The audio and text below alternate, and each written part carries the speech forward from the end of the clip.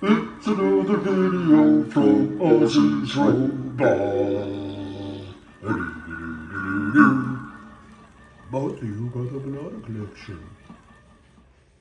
Boop-a-doodly doo bum bum ba ba ba ba. Hey everyone, welcome back and come on in. It's the greatest time of the day where you get to see cool post-war tin toys from Japan, especially when they're space or robot related, but even the other ones. But I am particularly fond of the robots and space toys, as you probably know, since I've been addicted to them for probably 40 plus years now. So as always, before we get into it, kick back in your most comfortable revolving stool. Maybe it's a Barco Lounger stool, or you could be at your kitchen table having a sip of your steaming, delicious cup of coffee if it's morning. Stir it, clank it, blow off that steam. I have something in here that my wife put together in this Owala mug. Looks like she mixed, I think it's sweet tea with unsweet tea. Is she trying to send me a message? Probably.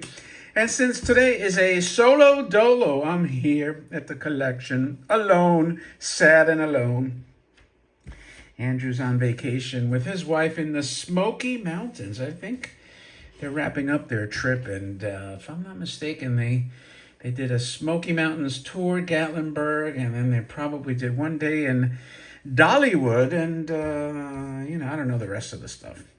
And then Christy's stuck at home with the cleaning crew because somebody has to watch the dog. So I will read you the robot riddle myself today, and it's, what is the hardest key to turn? Let's give you some time to possibly solve that. The hardest key to turn. I would say, a piano key? I don't know. All right, let's see. The answer is a donkey. All right, well, my daughter-in-law would know that because she has a donkey called Sadie, if you've seen it on my shorts or maybe the ranch videos. Now she got her second horse, believe it or not. She's got two horses and a donkey now. She had two horses. Then one of them she got rid of before she moved here. Now she got a second one, a riding horse, because her main horse is retired. So now she's able to ride the trail. And you know what? If we get into the apocalypse, we have a horse we can take to go get groceries and all that good stuff. Anyway, the tale of this space tank S-100 is kind of interesting because it's a very inexpensive toy. You can probably pick these up for $100 or so. I think I probably paid triple. Don't ask me why. I mean, whatever. But the box was completely crushed. And this came from my good friend Joe at Main Street Toys. He probably found a hidden stash. And it had the box lid, which I don't see too often. So again, if he found some NOS, new old stock, he's probably slowly distributing them, so it might be more common now. But anyway, I got the package. Let me zoom out a little bit there. That's easier. And I like this box, man, because it has this cool rocket. I mean, this box has everything. I mean, again, this toy is tiny. You could see here. I mean, this box is probably like 2.5 inches tall, maybe 4 inches wide. It's a pretty tiny toy. Fat though. It's a fat toy. But it's got like the rocket and the star field and the ubiquitous and always included Saturn. And it's a good looking rocket. And then of course this is a modern toys. And I mentioned to him, although I didn't get a response, I said, it didn't come with a bottom when I told him, hey, it was crushed. I mean crushed, the whole front. So I have the worst postal carrier. I mean, it's not even it's a contractor, you know. I've had 3 different contractors delivering in my neighborhood. Don't ask me why in my neighborhood, which is pretty high end. I mean, it's probably the highest end you can get in our entire town. Not that I'm boasting, man. I'm just saying, but like we get the contractor. Every other part of the town has like the actual employees from the post office with postal trucks. But we have these contractors, one of which a woman who was this foreign woman, not that that matters, but she was arrested for stealing the mail and gift cards and cash or whatever people sent. So we have not had good luck. But anyway, he shoved it into my mailbox.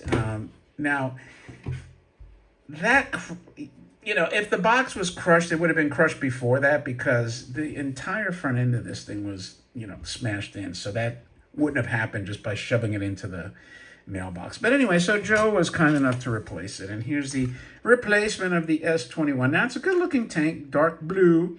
It has a nice pilot's lithoed in here. You can see him there. Definitely 60s. I mean, this is when they I always say they kind of scaled back some of the lithographic details. And even like sort of that dot, let me see if I feel like some of the dots you would see in the 50s printing, maybe the resolution was a little lower. There's a compass up here if you haven't noticed. North, west, east. When I was in school, I'll tell you a funny story. I was like that smart aleck kid that always raised his hand, knew all the answers. And I'm talking like second grade. The teacher was like, does anyone know like the compass? And I was like, I know it. So I went up there and I wrote like north, south, east, west. And she's like, no, you got it wrong this time. I was like so embarrassed. I was mortified. I was like, no, I thought that was right. I always heard it as north, south, east, and west. But, so then I learned, got my comeuppance, if you will. Here's the bottom.